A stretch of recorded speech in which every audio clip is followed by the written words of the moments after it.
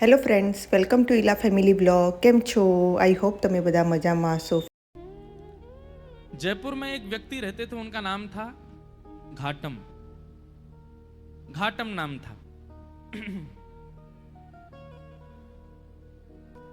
उनका पेशा था, उनके पूर्वजों से ही चला आ रहा था, वो सब चोरी करते थे. दादाजी, परदादा, परदादा, पूरे गांव का ही यही पेशा था, यही काम था, सब चोरी करते थे. घाटम जी भी चोरी करते थे. एक बार श्री घाटम जी कहीं जयपुर से आमेर जाते हैं, तो बीच में अभी जहां कथा थी इससे पहले वो वही स्थान है, आमेर और जयपुर के बीच में कनक घाटी. वहीं श्री घाटम दास जी रहते थे. उनका नाम बाद में घाटम दास हो गया, पर पहले उनका नाम घाटम था. तो घाटम जी चोरी करते थे. एक बार रात में बैठे थे चोरी करने के लिए, तो उस दिन कोई व्यक्ति तो मिला नहीं उनको मालदार, लेकिन झोला लिए हाथ में और जटाएं बांध करके कोई संत वहां से जा रहे थे. घाटम जी बेचारे 2 दिन से तो उनको कुछ चोरी हुई नहीं थी, फिर भी मन में विचार करने लगे, तो महात्मा है, इनकी क्या चोरी करूं मैं. कोई बात नहीं, चोरी नहीं करता हूं, प्रणाम कर लेता हूं जाके. और घाटम जी उनके मार्ग पर आ गए और अर्धरात्रि का समय, घनघोर अंधेरा, प्रणाम किया. महात्मा रुक गए, बोले अरे खुश रहो वत्स, क्या नाम है, नाम आदि पूछा, कहां रहते हो, स्थान बताया, क्या करते हो. घाटम जी बोले मैं चोरी करता हूं. महात्मा को यह बात बड़ी बढ़िया लगी कि इसने छुपाया नहीं मुझसे, सत्य बोला. बोले चोरी क्यों करते हो भाई, चोरी डकैती करना ये अच्छी बात नहीं है, मत किया करो, अच्छा काम नहीं है.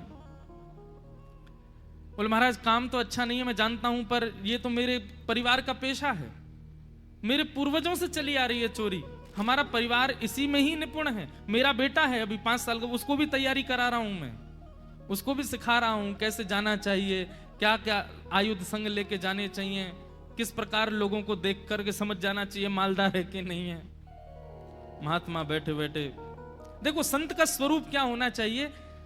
संत केवल वहां ना जाए जहां माला और दक्षिणा मिले. संत का स्वरूप है वो जहां जाए, अगर दिख रहा है कि कुछ दूषित स्थान है, दिख रहा है कि इसके अंदर कुछ कमियां हैं, उसको सुधार करे. इसीलिए वो संत बना है, इसीलिए वो साधु बना है. केवल मालदार बनने के लिए नहीं बना है साधु. महात्मा को चिंता हो गई.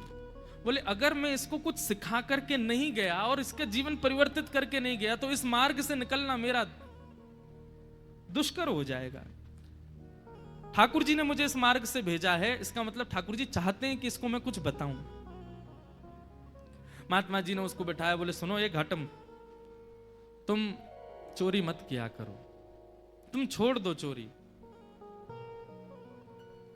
बोले महाराज जिसके रग रग में, जिसके रक्त में चोरी हो, वो कैसे छोड़ सकता है. अरे हम तो ऐसे हैं, परिवार में भी हम लोग रोटी भी पानी हो तो हम चोरी करके ही पाते हैं. हम रसोई में मांगते नहीं रोटी दे दो, हम वहां भी चुपके से ही जाते हैं. इतना ज्यादा हम लोगों में चोरपन घुस चुका है कि अब ये निकल नहीं सकता.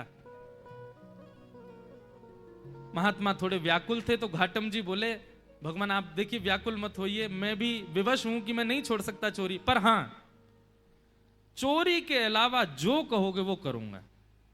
चोरी तो मैं करूंगा, लेकिन उसके अलावा आप जो कहोगे वो मैं अपने जीवन में उतार लूंगा, उस आज्ञा को मैं सर्वोपरि मानूंगा. बस चोरी को छोड़ने को मत कहो, चोरी के साथ साथ जो कहोगे मैं करूंगा.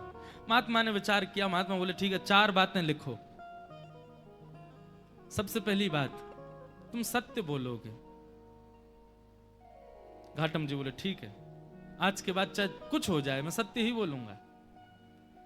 दूसरी बात लिखो, संत जनों का खूब सम्मान करोगे, आदर करोगे. बोले जी महाराज जी. तीसरी बात लिखो, जो भी लाओगे घर में, चाहे चोरी करके लाओ, चाहे प्रेम से लाओ, कमा के लाओ, सबसे पहले ठाकुर जी को निवेदित करोगे, उसके बाद स्वीकार करोगे. बोले जी.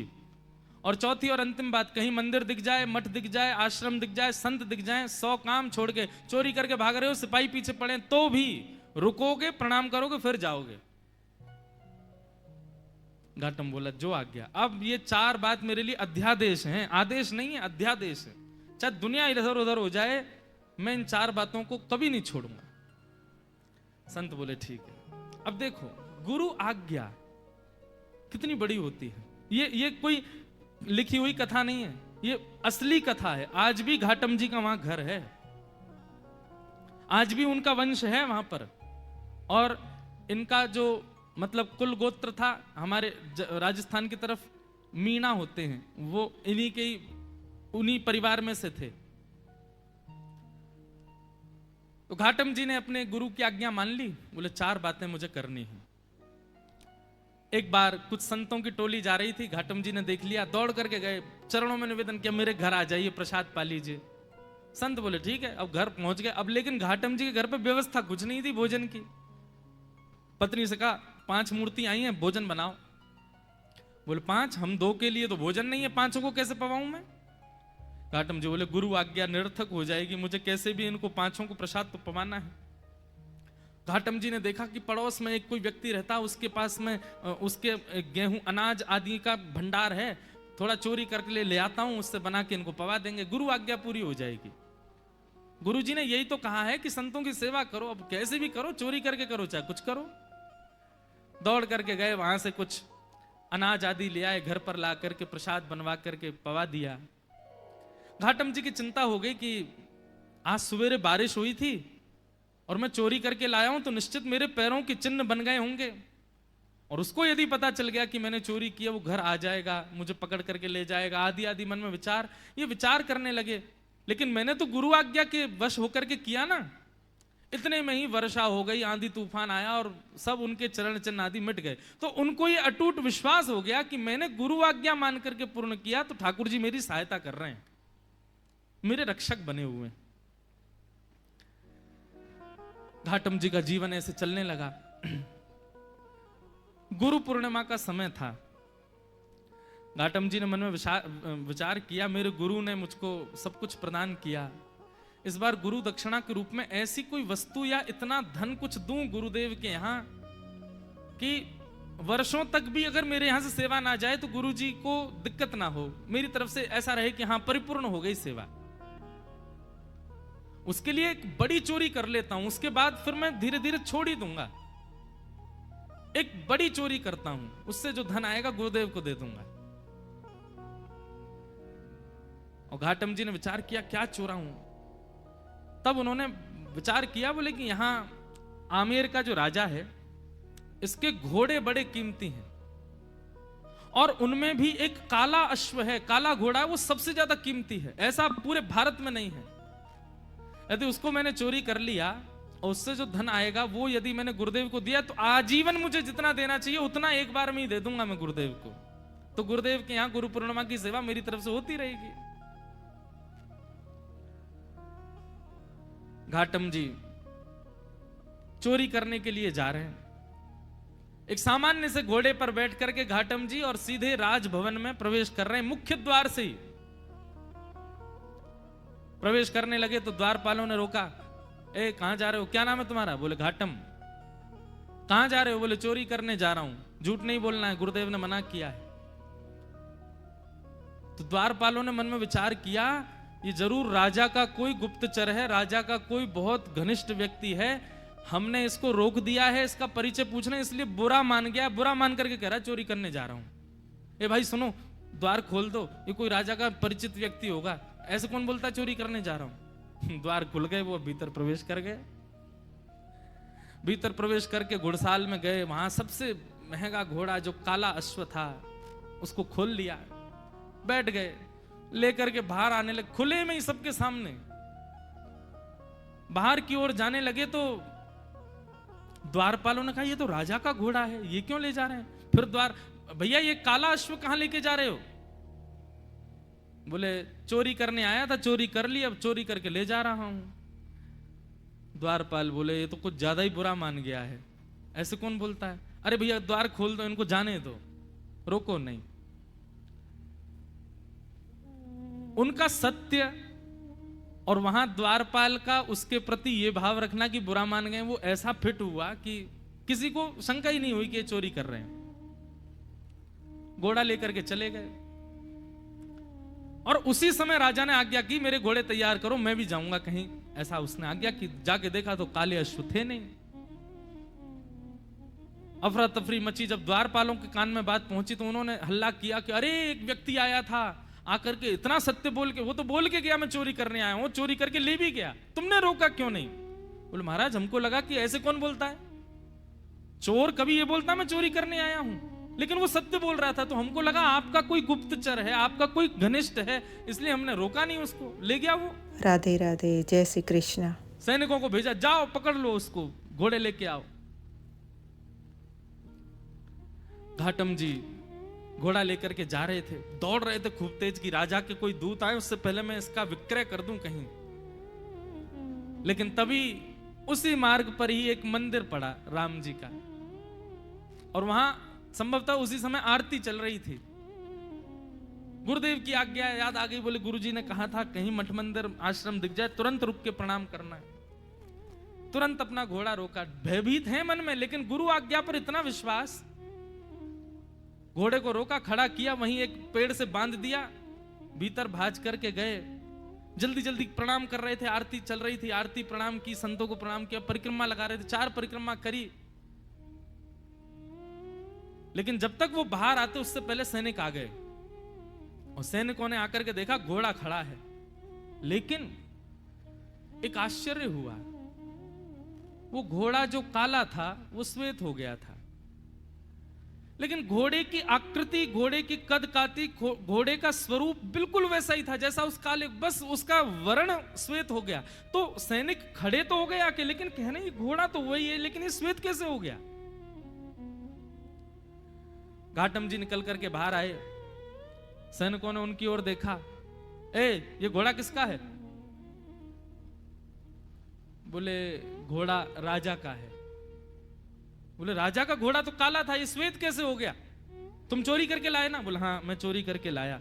ये श्वेत कैसे हो गया? बोले ये तो मुझे नहीं पता, क्योंकि मैंने जब बांधा था तब तो काला ही था, ये श्वेत कैसे हुआ ये तो मुझे नहीं पता।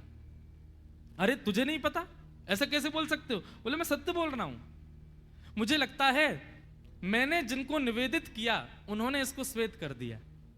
सैनिक बोले क्या बोल रहे हो ये? बोले हाँ मैं जो भी चीज लाता हूं पहले ठाकुर जी को निवेदित करता हूं, तो शायद ठाकुर जी श्याम वर्ण के हैं, उन्होंने सोचा होगा श्याम वर्ण के घोड़े पे मैं बैठूं दिखूंगा ही नहीं, इसलिए उन्होंने श्वेत कर दिया।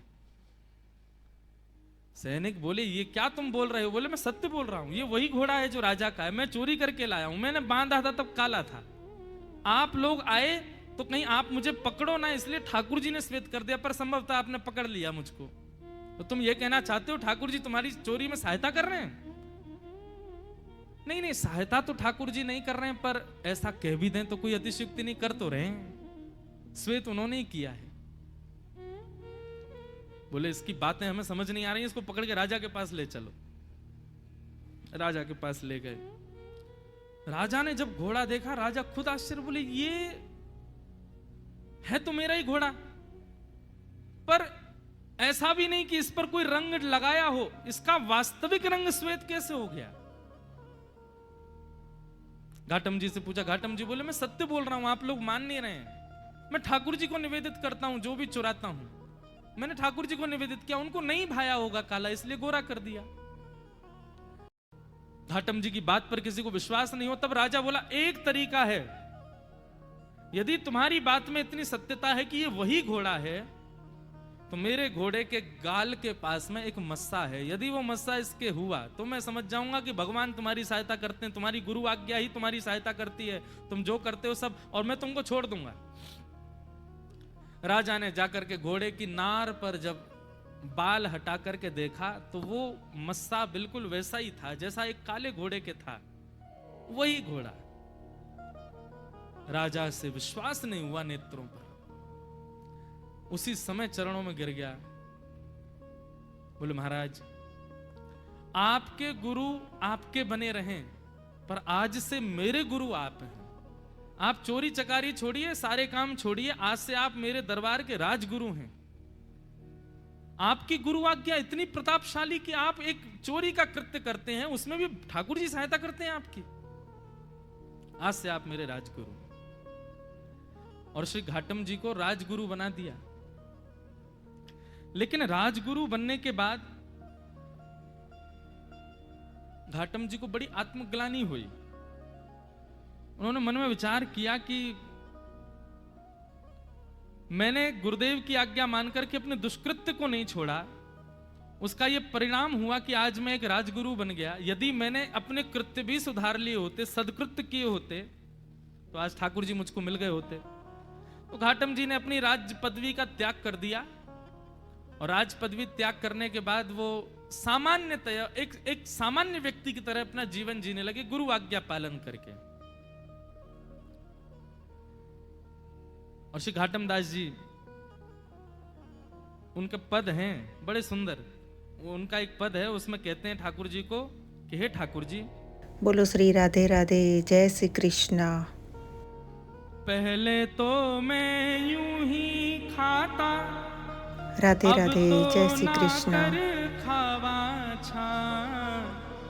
ठाकुर जी, पहले तो मैं ऐसे ही खा जाता था, पर अब तो मैं स्नान करके पाता हूं प्रसाद। गल में माला, माथे पे तिलक, थारे निमित्त लगावा छा। महाने तो ऐता कर दीना, थाने की ना काई। मैंने तो इतना कर लिया आपके लिए, आपने मेरे लिए क्या किया ठाकुर जी? राधे राधे, राधे राधे। जात को मीना, तारोगे की ना। राधे राधे, जय श्री कृष्णा। इतनी सरल सहज वाणी उनकी। ठाकुर जी से कह रहे हैं मैंने आपके लिए इतना कुछ किया, अब तो मैं नहा के खाता हूँ, अब तो तिलक लगाता हूँ, माला पहनता हूँ गले में। ठाकुर जी अब तो कृपा करो मुझ पर। और श्री घाटम दास जी का एक पद है, बहुत सुंदर पद है। जे नर रसना नाम उचासना नाम उचारे। आप लोग व्याख्यान बीच में जहां मुझे जरूरी लगेगा मैं करूंगा, लेकिन समझते रहिएगा। घाटम दास जी कह रहे हैं जो व्यक्ति अपनी रसना से भगवान नाम उच्चारण करता है उसके साथ क्या क्या होता है, श्री घाटम दास जी वर्णन कर रहे हैं। चरणार बिंदों का तिलक लगाते हैं, भेष भी भगवत भेष धारण करते हैं, तो निश्चित रूप से आप राम के हैं, ये परिचय आपका हो जाता है। सबका अपना एक परिचय है, पर वैष्णव का परिचय दूर से देखने मात्र से पता चल जाता है कि ठाकुर जी का है। इसीलिए मैं कहता हूं कि भेष बहुत आवश्यक है।